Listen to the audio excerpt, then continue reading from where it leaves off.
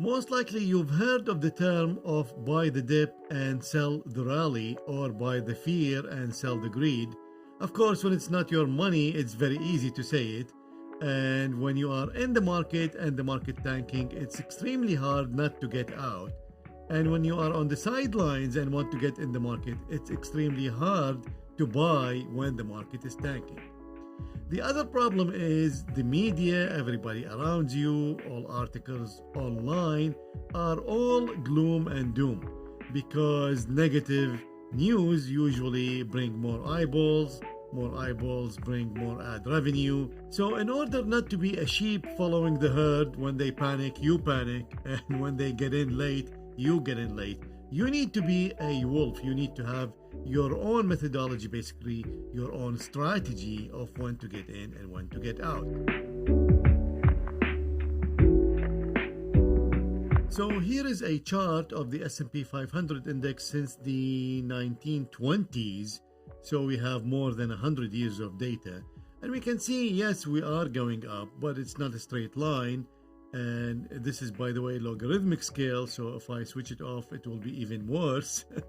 Also, you have like decades of doing nothing.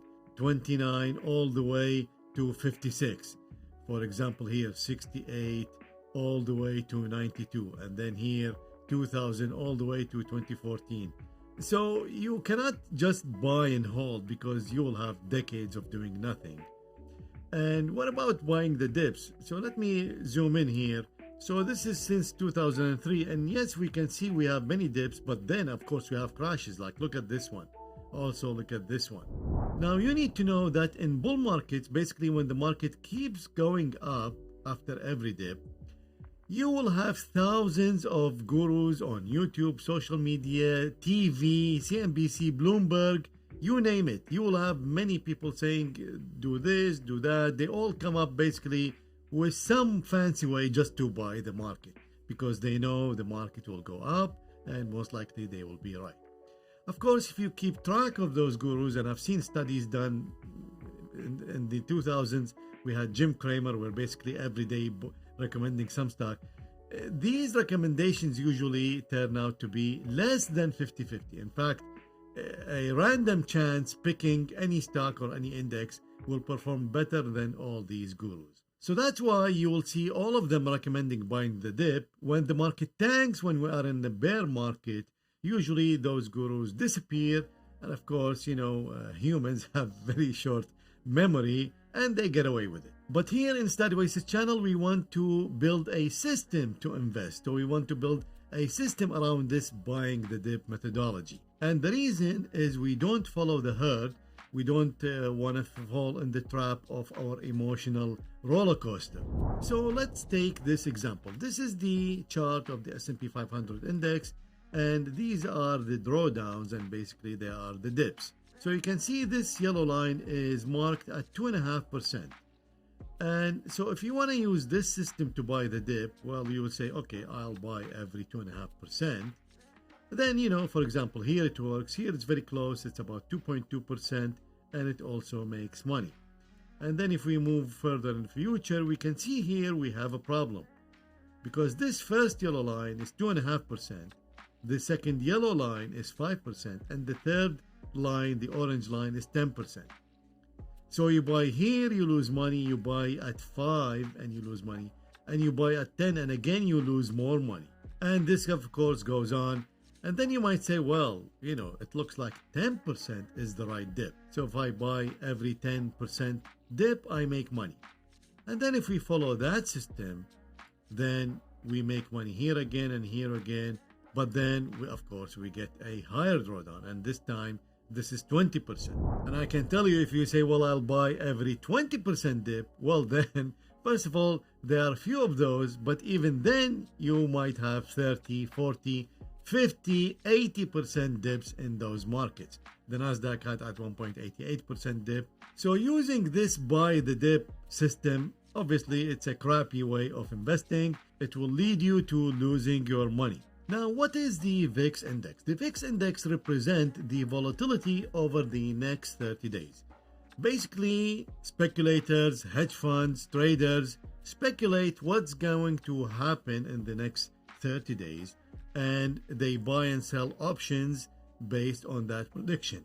And that index represents the sum, the aggregate of all those bets. So it is like a measure of fear in the market. And we can use that measure of fear because it's 30 days. We can use it in a small chunks of time. So we can use it to buy and hold for, let's say, 5, 10, 15 days at the most to exploit this negativity in the market. So in this chart on the top we can see the S&P 500 index, and on the bottom in this blue color this is the VIX index. And from just the look of it, it looks like it's moving opposite to the S&P 500 index. Now first idea comes to mind, well, you say, okay, well, let me, if at any time the VIX is above 25, I will buy the market.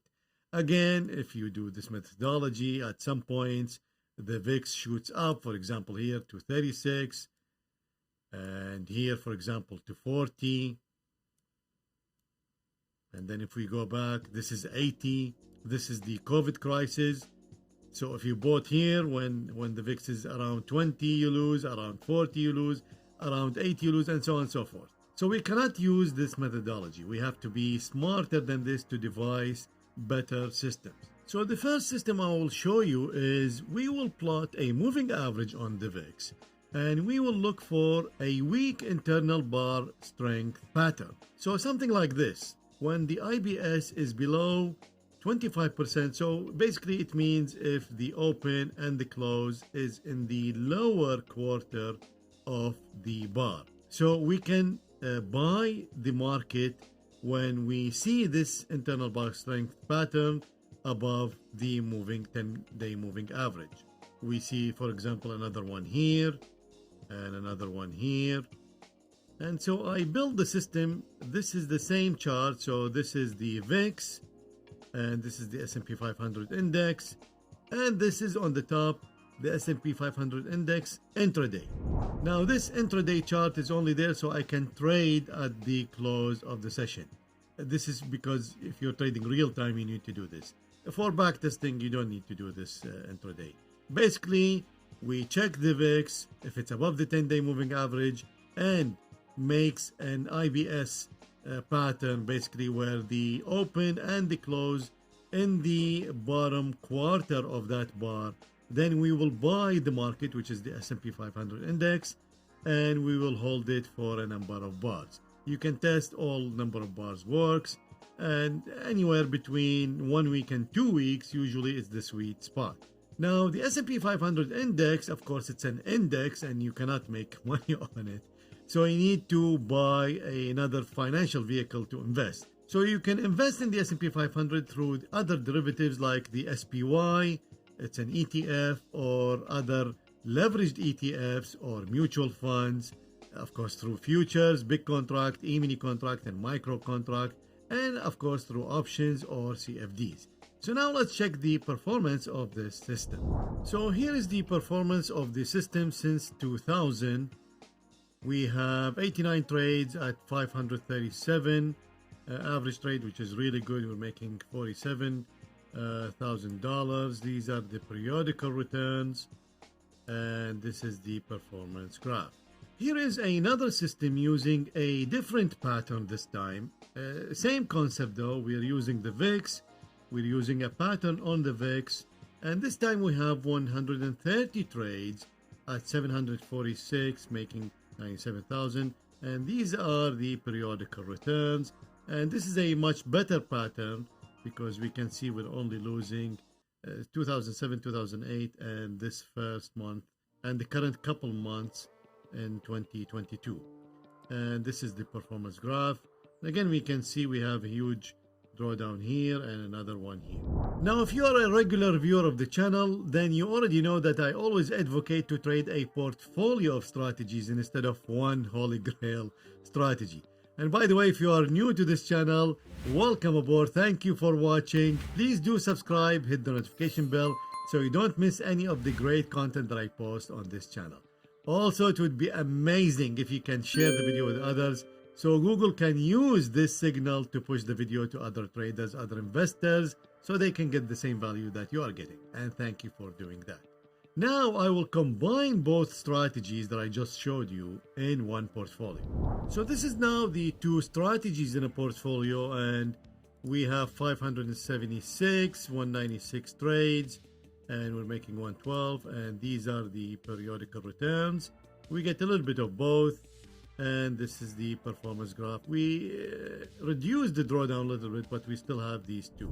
And now I will sprinkle a little bit of my magic dust on both these strategies. Actually, I'm going to add only 2 lines of code to these two strategies to make them much better strategies. And now we have 175 trades at $1,000 average. And if we look at periodical returns, now we have very acceptable drawdowns in 2007, 2010, and currently in 2022.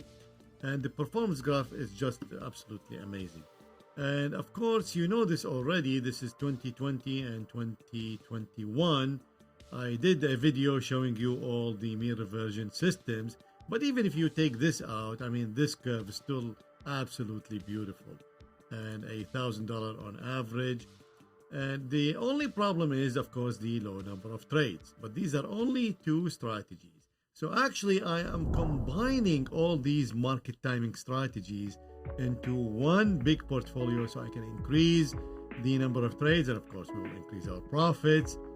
And I will most likely add that portfolio to the Discord portfolios, which are currently sitting at 3.